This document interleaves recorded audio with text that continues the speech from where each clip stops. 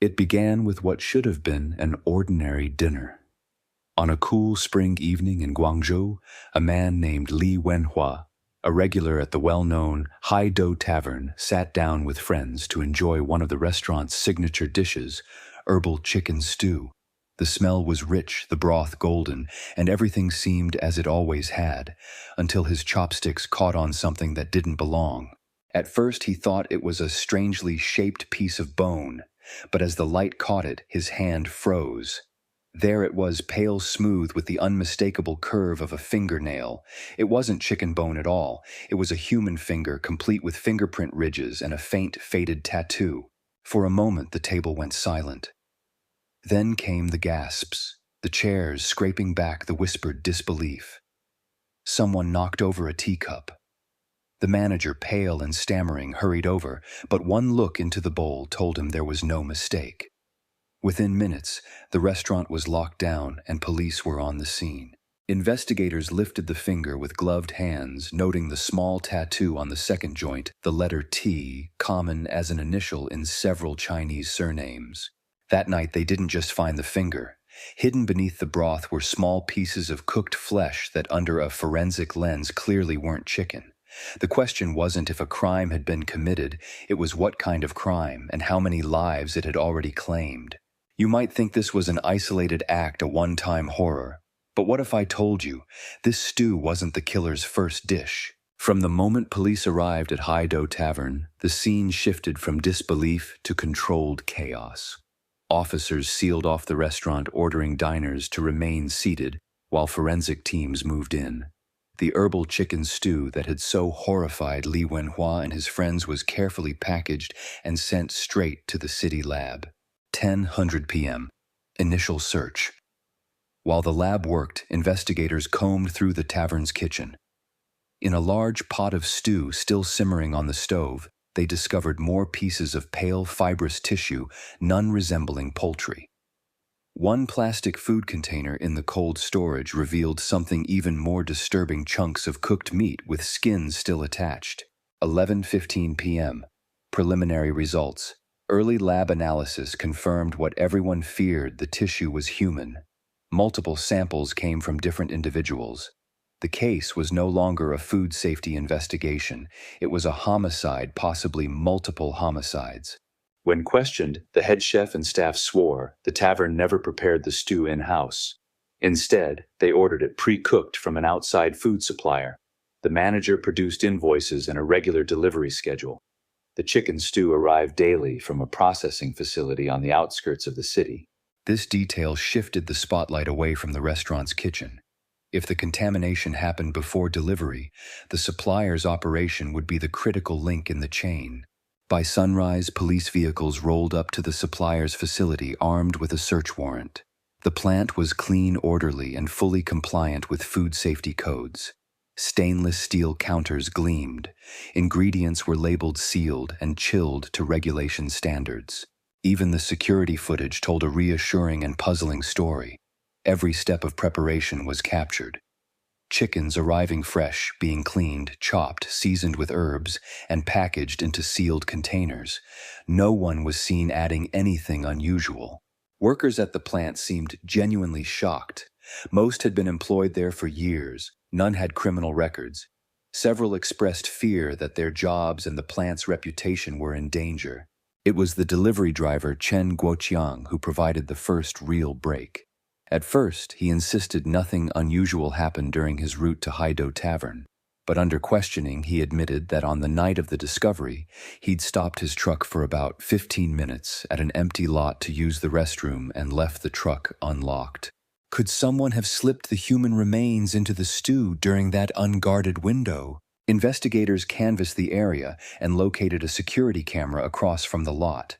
The grainy footage showed exactly that: a tall, thin man in a worn gray jacket approaching the delivery truck shortly after Chen walked away. He carried a large duffel bag, stayed at the back of the truck for several minutes, then disappeared into an alley.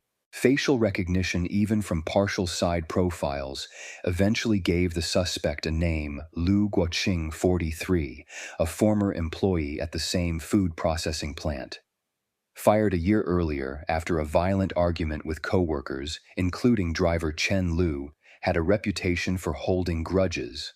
While Lu's presence at the truck explained how the remains could have been introduced, it didn't explain where they came from or why there were multiple victims. That answer came later when missing persons reports were cross-referenced with forensic DNA. 3 distinct genetic profiles emerged from the stew samples, each belonging to a young woman reported missing in the last 2 months. One, a 21-year-old named Zhao Linyu, matched the tattooed finger found in Li Wenhua's bowl. The timeline now looked something like this. Victims disappear in the vicinity of the tavern. At least part of their remains are introduced into the food supply, possibly to frame the delivery driver. Other remains are unaccounted for, raising questions about prior victims and disposal methods. The next step for investigators was find Lu Guoqing and find out where the rest of the bodies were. Forensic testing confirmed 3 separate DNA profiles from the stew samples. Zhao Linyu, identified through the tattooed finger, had been missing for 4 days. Another profile matched Wang Liqing, 20 years old, reported missing 3 days earlier. The third victim remained unidentified. Investigators reviewed missing persons cases over the previous 8 weeks.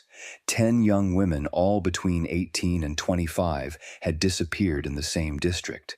Police prioritized those last seen near Haido Tavern. CCTV captured Zhao Linyu and Wang Liqing walking past the restaurant late at night, moments before a black delivery van with a damaged right side panel pulled alongside. 2 men in dark clothing and gloves emerged, subdued. Both women, in under 30 seconds, forced them into the van and sped away. The van's plates were obscured, but image enhancement revealed a long scratch along the passenger side door, exposing white paint beneath the black exterior. Vehicle registration searches narrowed the list to a handful of suspects. One name stood out: Song Jianhua, 46, with prior convictions for kidnapping and trafficking. While tracing, Song detectives moved on Lu Guoqing. Surveillance at his known hangouts yielded nothing until a tip placed him at a low-rent motel on the northern edge of the city. Police moved in. Inside his room, Lu was packing a large duffel bag. He resisted briefly before being restrained. Questioned at the station, he denied murder but admitted disposing of bodies for an unnamed associate. He claimed he had used the delivery truck to plant human remains in the tavern's stew as revenge against driver Chen Guoqiang, who he believed was responsible for his firing. Pressed for details, Lu reluctantly described an abandoned factory on the outskirts where he had helped clean up. Officers entered the building at night under floodlights. Dried blood streaked the concrete floor. Deep gouges marked a wooden table. Underneath, blood-stained plastic bags contained bone fragments. A steel drum in the center of the room held 7 human heads, all stripped of skin and hair. A second container held ash mixed with bone shards. Cataloging the remains revealed an unsettling mismatch: 7 heads, but far fewer body parts, suggesting disposal at multiple locations. Some bones bore clean saw marks, indicating the use of powered cutting tools. The forensic pathologist noted precise removal of facial skin consistent with deliberate post-mortem mutilation. Search teams expanded their sweep to surrounding land. 2 kilometers away, they located a deep natural cave with a vertical drop too dangerous for entry without specialized gear. Investigators suspected it had been used to dispose of other victims, though no recovery was immediately possible. Attention shifted back to the black van. Traffic cameras near the tavern traced it to an isolated property registered to Song Jianhua. A raid team breached the locked front door. In the living room, they found Lam Jingshuan, 19, lying lifeless, bound hand and foot, her face surgically removed. In a bedroom closet, another young woman, Xia Wenyu, 22, was discovered alive, gagged and restrained. Xia claimed she had been abducted weeks earlier, kept locked away, never seeing her captor's face. She described hearing dragging sounds at night and muffled cries, but denied knowing Lam or anyone else involved. Her physical condition relatively stable compared to other victims, puzzled investigators. Hair recovered from Song's van later matched Xia's DNA. Combined with her proximity to multiple crimes, this placed her not just at the crime scene, but potentially in control of it. Hair from Song Jianhua's van matched Xia Wenyu, confirming she had been inside while other victims were transported. Surveillance from a nearby store on the night of Wang Liqing's abduction showed a faint reflection in the van's passenger side mirror. A young woman with long hair seated in the front. When confronted, Xia claimed memory loss and refused further answers. Detectives subpoenaed her phone records and discovered multiple calls to a prepaid number registered under a false name, later traced to a burner phone recovered from Song's bedroom. Messages stored on the device included instructions on pickup locations, restraints to use, and warnings about keeping the face intact. Song Jianhua vanished hours before police executed a second search of his property. 3 days later, a gas station attendant reported a black van parked overnight with no movement inside. Officers found Song slumped in the driver's seat, a deep slash across his neck, blood dried on the dashboard, a knife placed neatly on the console. No defensive wounds. The cut's precision suggested another person's hand. The van's mini refrigerator was missing power cords still in place, and strands of long black hair wedged into the plastic trim near where the unit had been mounted. DNA confirmed the hair belonged to Xia Wenyu. A warrant was issued. At Xia's apartment, officers opened a large chest freezer and found a folded bundle wrapped in cloth. Inside was human facial skin preserved in a chemical solution matching the DNA of Lam Jingshuan. A notebook on the desk contained handwritten transcriptions of historical medical texts describing rituals for eternal youth, specifying the removal and preservation of young women's faces. Xia was taken into custody without resistance. When Lu Guoqing was brought into the interrogation room with her, her composure broke for the first time. She stared at him, lips trembling, while he looked down, avoiding her eyes. Confronted with physical evidence, she confessed. She had orchestrated the abductions, manipulating Song Jianhua and Lu Guoqing into acting for her. Song, a former neighbor harboring an unrequited infatuation, carried out kidnappings on her suggestion that she needed materials to maintain her beauty. Lu, grateful after she once helped him during an injury, believed he was protecting her when he disposed of bodies. She staged her own captivity to keep Lu compliant, convincing him that Song would kill her unless he cooperated. In reality, she directed both men, deciding who lived, who died, and how each body would be used. She described removing the facial skin herself with careful, practiced precision, storing it for personal rituals. Lu admitted seeing her in the act, once realizing she was never a victim. His loyalty kept him silent, but he began altering disposal methods to leave traces, hoping police would intervene without him directly betraying her. This change in method led to the discovery at Haidu Tavern when he planted remains in the stew during the unlocked truck incident, aiming to implicate Song or force an end to the killings. Investigators later determined that Xia discovered Song was preparing to leave the city and that he lost his life inside his van under suspicious circumstances.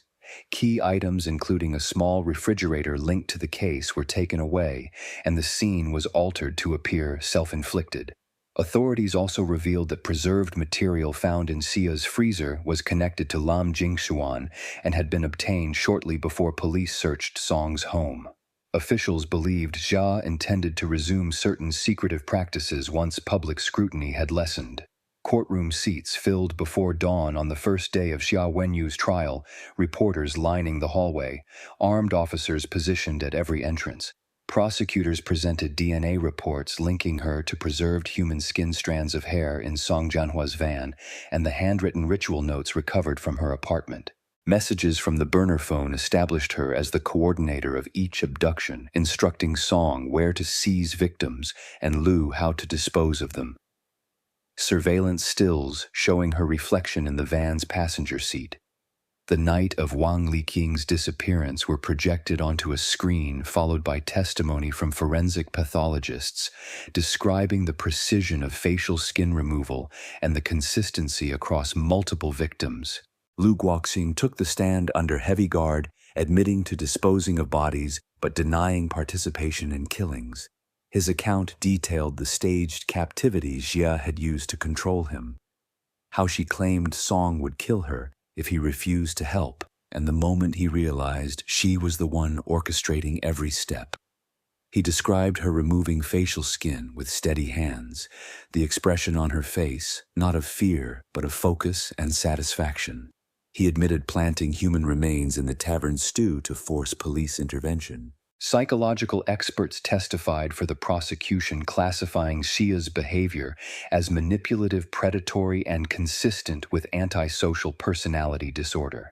The defense argued diminished capacity, suggesting an obsession rooted in cultural superstition and mental illness, but cross-examination dismantled claims that she acted under compulsion.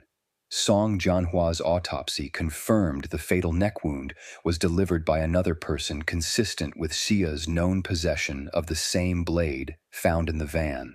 The jury deliberated less than 4 hours before returning guilty verdicts on multiple counts of murder, kidnapping, and desecration of corpses. Xiao Wenyu received the death penalty. Lu Guoqing was sentenced to life imprisonment without parole. Song Jianhua's file was closed with his death listed as homicide, primary suspect deceased. News of the verdict spread across national and international media within hours.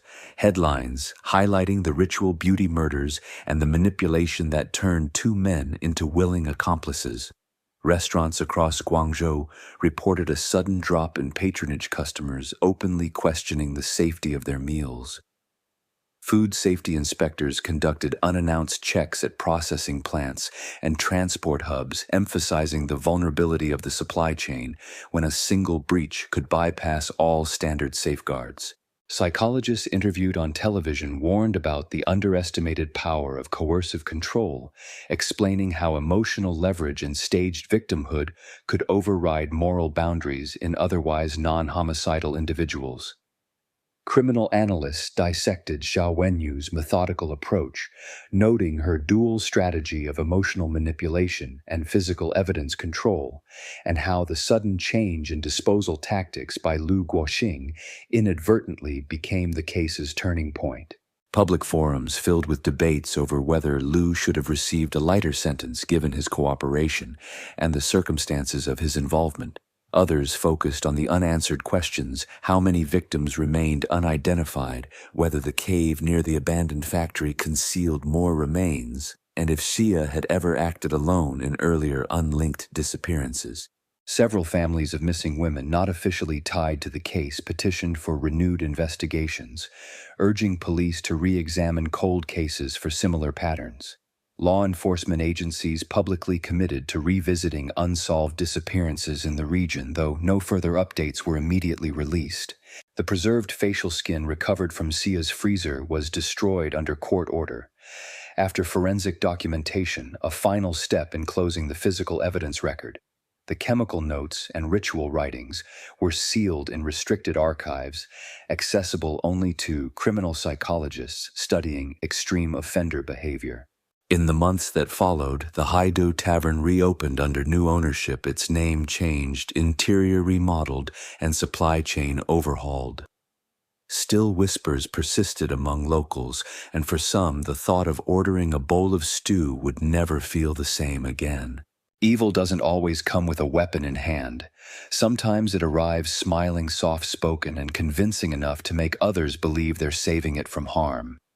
And if you were sitting across from it at dinner, would you even know?